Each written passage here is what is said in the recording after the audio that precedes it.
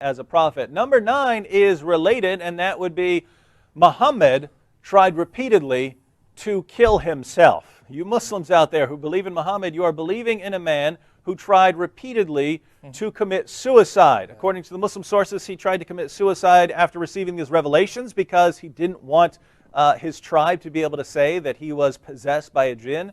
And according to Sahih al-Bukhari, your most trusted, reliable source on the life of Muhammad, he tried again to kill himself later on when revelation stopped. That's right. So let me go ahead and read 2 passages, and then we'll continue moving. So I'll go ahead and finish the passage that I read in point number 10. He says, "Now none of God's creatures was more hateful to me than an ecstatic poet or a man possessed. I could not even look at them. I thought, woe is me, poet or possessed. Never shall Quraysh say this of me. I will go to the top of the mountain and throw myself down that I may kill myself and gain rest." He wanted rest from whatever this was that was tormenting him, right? Because whatever it is, it's pressing on him until he thinks he's going to die. And he just wants rest from this, and wants rest from the idea that he's being possessed, and from the idea of his people ridiculing him. But this tells us something about Muhammad. When at the first sign of trouble, you want to go hurl yourself off a cliff in order to avoid embarrassment. To show a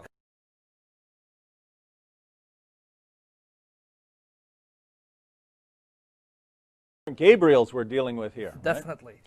All right, let me read one more passage about Muhammad's suicide attempts, because after he starts receiving the revelations, he eventually stops receiving the revelations. And watch his reaction. This is Sahih al-Bukhari, number 6982. It says, "But after a few days, Waraka died, and the divine revelation was also paused for a while, and the prophet became so sad, as we have heard, that he intended several times to throw himself from the tops of high mountains. And every time he went up to the top of a mountain in order to throw himself down, Jibreel would appear before him and say, 'O Muhammad, you are indeed Allah's messenger in truth,' whereupon his heart would become quiet, and he would calm down and would return home." Now, think about this, Sam. Every time something happens that he doesn't like, he goes up to throw himself off a cliff. Yeah, right. This is the guy that Muslims are trusting with their salvation, to guide them to the path of salvation. A guy who says, "Oh, something's going bad today. Let me go hurl myself off a cliff." This is some wild, wild stuff.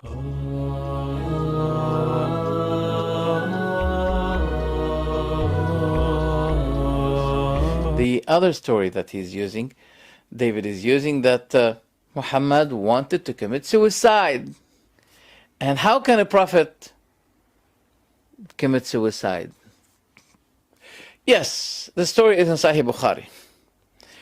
But the story is narrated by Az-Zuhri. He is Tabi'i. Tabi'i means the one who saw companions of the Prophet, but he did not see the Prophet. This person is trustworthy, Az-Zuhri. If he said that this narration, I got it from a companion, finish. You are using an evidence against us. Truly. But Az-Zuhri, what did he say? He said, it's a notion that it reached us. It reached to us. Did he say a companion said it? No. It's a notion. Someone related to me something. I don't know if it's true or not.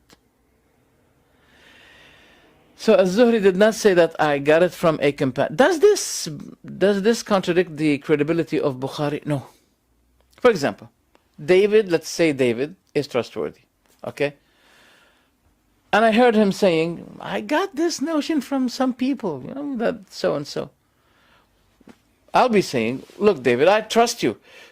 But tell me, where did you get it from? I don't know. I heard it from some people. Finish. This narration is rejected. And it doesn't contradict the fact that, for example, David is trustworthy. But David himself was telling me, I don't know, people are speaking. People are telling these things. I don't know if it's true or not. Finish. So, this narration is authentic. But it's authentic to Az-Zuhri. But after that, no, it's not. It should not be taken, because Az-Zuhri did not verify it, did not select it, did not say, I heard it from the companions of the Prophet.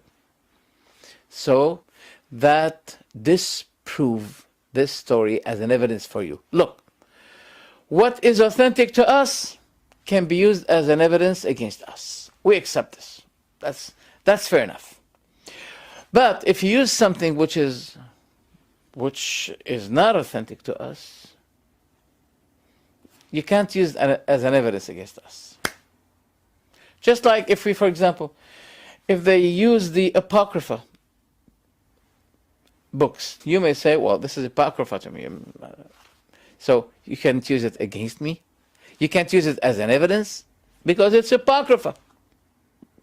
And this story is Apocrypha. Why? Because Az-Zuhri did not mention the one who said it. He said, Balagana. Some people are relating things that Muhammad, some people are relating things. So the narration to Az-Zuhri is authentic. But what Az-Zuhri said should not be taken as an evidence. Just like you saying, oh, I heard some people saying such and such. Okay, until you verify it, it means nothing to us. Finish. So those two evidences, so-called evidences, have been disproved.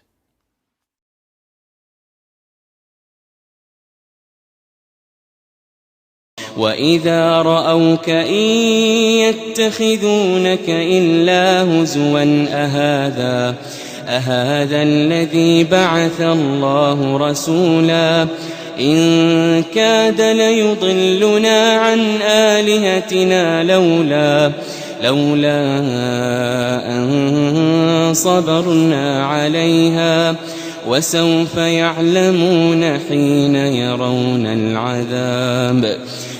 يرون العذاب من أضل سبيلا أرأيت من اتخذ إلهه هواه أفأنت تكون عليه وكيلا أم تحسب أن أكثرهم يسمعون أو يعقلون إن هم إلا كالأنعام بل هم أضل سبيلا